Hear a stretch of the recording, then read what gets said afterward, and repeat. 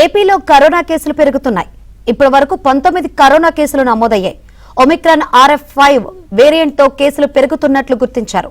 అత్యధికంగా కడప జిల్లాలో 8 కేసులు, గుంటూరు, కాకినాడ జిల్లాలో 2 చొప్పున కేసులు, మన్యం, విశాఖ, తూర్పు గోదావరి, ఏలూరు, NTR, నెల్లూరు, బాపట్ల జిల్లాలో ఒక్కో కరోనా కేసు నమోదైంది. ఇప్పటి వరకు 4 మృతి చెందగా 3 కోలుకున్నారు.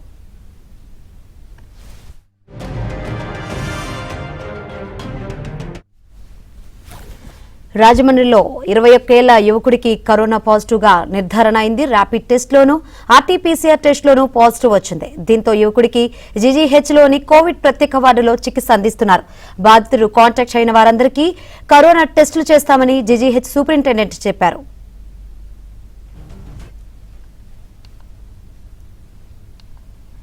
రైట్, ఏపీలో కరోనా కేసులు పెరుగుతున్నాయి. ఇప్పటి వరకు 19 కరోనా కేసులు నమోదయ్యాయి.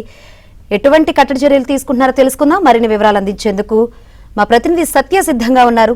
సత్య, శంకరి, ఏపీలో కరోనా కేసులు క్రమంగా పెరుగుతున్నాయి. ఇతర రాష్ట్రాలతో పోలిస్తే రాష్ట్రంలో కేసుల సంఖ్య తక్కువగా ఉన్నప్పటికీ కూడా ప్రభుత్వం పూర్తి అలర్ట్ తో ఉందని చెప్పుకోవచ్చు. ఇప్పటికే ప్రభుత్వ వైద్యశాలన్నింటిలో కూడా ర్యాపిడ్ టెస్ట్ల కిట్లను పంపించడం జరిగింది. దీంతో పాటు వైద్యులు ఉపయోగించేందుకు PPE కిట్లను కూడా అక్కడ అందించడం జరుగుతుంది. పెద్ద ఆసుపత్రుల్లో 10 బెడ్ల ఐసోలేషన్ వార్డులను కూడా ఏర్పాటు చేయాలని ఇప్పటికే వైద్య ఆరోగ్య శాఖ మంత్రి సత్యకుమార్ యాదవ్ ఆదేశాలు జారీ చేశారు.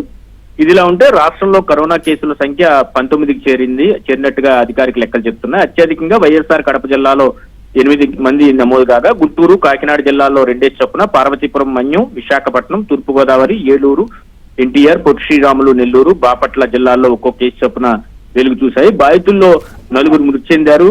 అయితే వారు వేరియస్ కారణాలతో, అంటే కరోనా మెయిన్ కాకుండా షుగరు, అదేవిధంగా BP లాంటి దీర్ఘకాలిక రోగాలతో బాధపడుతూ చనిపోయిన వారు ఉన్నారు. ఇందులో కాకినాడలో చనిపోయిన బాలిక ఎవరైతే ఉన్నారో ఆమె కిడ్నీ రిలేటెడ్ ఇష్యూస్ తో చనిపోయినట్టుగా చెబుతున్నారు. దీంతో డిశ్చార్జ్, వీరిలో కొంతమంది ఆసుపత్రి నుంచి ఇప్పటికే 3 డిశ్చార్జ్ కాగా 8 మంది ఆసుపత్రిలో ఇంకా చికిత్స పొందుతూ 4 హోమ్ ఐసోలేషన్ లో ఉన్నట్టుగా లెక్కలు చెబుతున్నాయి. తాజాగా కేసులన్నింటినీ కూడా ఇప్పటికే పూణేలోని